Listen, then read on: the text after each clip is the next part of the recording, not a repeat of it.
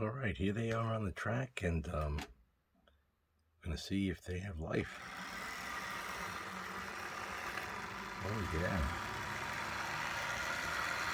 Oh my gosh, that's so pretty. See if they can handle a reverse. I think the red silver is a little faster. Well, coming out of the box like that's pretty fantastic for locomotives from the 1970s.